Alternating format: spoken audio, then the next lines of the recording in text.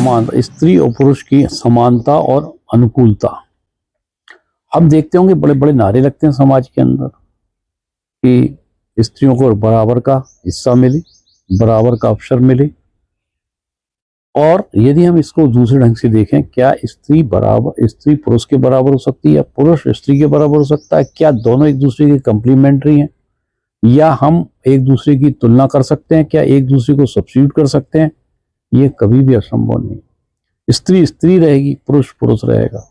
स्त्री का कार्य हर मनुष्य के अंदर, हर मानव के अंदर स्त्री का अलग व्यवहार होता है, जिसका की काम होता है लेफ्ट साइड, पुरुष का दायित्व होता है राइट साइड।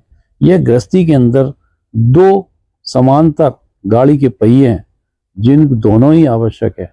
तो आज हम स्त्री के बारे में बताना चाहते हैं कि स्त्री की भूमिका गृह लक्ष्मी के रूप में है। स्त्री एक ऐसा स्वरूप है, आपने धान को देखा होगा, धान को कहीं पहले पौधाकरण किया जाता है, जब वो परिपक्व होने लगता है तो उसको दूसरी जगह रोपा जाता है। इसी तरह से स्त्री का स्वरूप है, वो पलती कहीं है, पैदा कहीं होती है और वो कहीं दूसरी जगह जाके वंश को चलाती है। मतलब जो भी इस समाज की संस्कृति का जो रोपण होता है, जो प्रत्यारोपण होता है, जो एक दूसरे का वहन होता है, वो स्त्री के माध्यम से होता है। समाज की समस्त व्यवस्था स्त्री को केंद्रित बना के हुई। स्त्री के अंदर मूल रूप से 7 गुण होते हैं, जिसकी मैं आज चर्चा करना चाहता हूं, क्योंकि जो स्त्री है वो परिवार का और समाज का एक ध्रुव है, केंद्र है।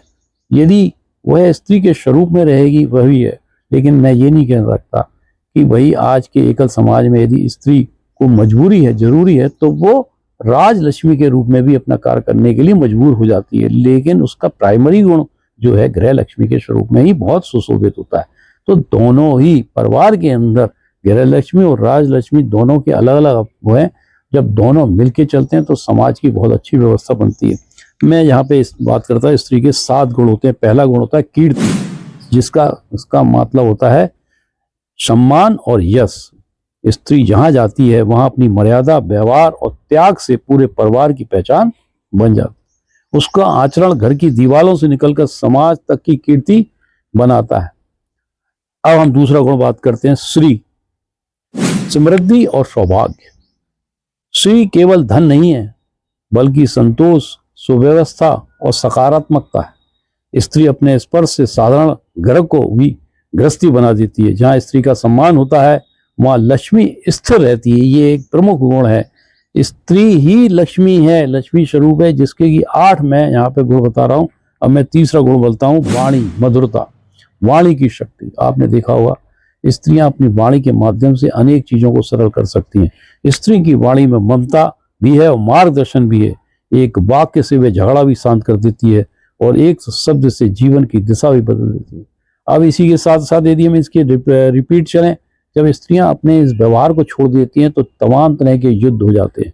अब हम चौथे गुण की बात करते हैं। चौथा गुण है स्मृति, संस्कारों की धरोहर। आप देखोगे परिवारों की जो संस्कृति है वो स्त्रियों के माध्यम से, संस्कारों के माध्यम से दूसरी पीढ़ी को ट्रांसफर होती है। स्त्री केवल याद नहीं रखती, वह संस्कृति, परंपरा, मूल्यों को सहेजती है।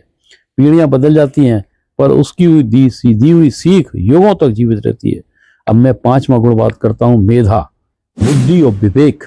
स्त्री की बुद्धि केवल पढ़ाई तक सीमित नहीं होती, वह भावना और तर्क के संतुलन से निर्णय लेती है। इसी मेधा से वह कठिन समय भी घर और समाज की सही दिशा देती है। अब मैं बात करता हूँ 6ठे गुण की, धृति, माने धैर्य और संकल्प। सबसे ज्यादा धैर्य और संकल्प स्त्री के अंदर होता है। धृति माने वह धारण करने की शक्ति, जो स्त्री को बिना शिकायत के हर कठिन परिस्थितियों से लड़ने का साहस देती है। वह टूटती नहीं बल्कि दूसरों को संभालते हुए आगे बढ़ती है। 7वां और सबसे महान गुण है क्षमा।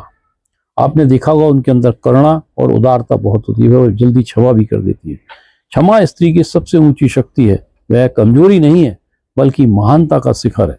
क्षमा से ही रिश्ते बचते हैं, परिवार जुड़ते हैं, समाज मानवीय बनता है। मैं इन सब को, मैंने 7 गुण बता दिए आपको, मैं फिर से एक रिपीट कर देता हूँ। पहला मैंने बताया था कीर्ति, दूसरा श्री, तीसरा वाक, बोलने की कला, चौथा है स्मृति, 5वां है मेधा और 6ठा है धृति, धारण करने की, और 7वां मैंने बताया क्षमा, जो लास्ट गुण है। तो मैं इन साथियों, ये 7 गुण किसी किताब के शब्द से नहीं, ये हर माँ, बहन और बेटी के जीवन में जीवित सत्य हैं। यदि समाज को सशक्त बनाना है तो स्त्री को बदलने की नहीं, सम्मान देने की आवश्यकता है, क्योंकि जहाँ स्त्री सशक्त होती है वहाँ समाज स्वतः समर्थ हो जाता है। बहुत बहुत धन्यवाद।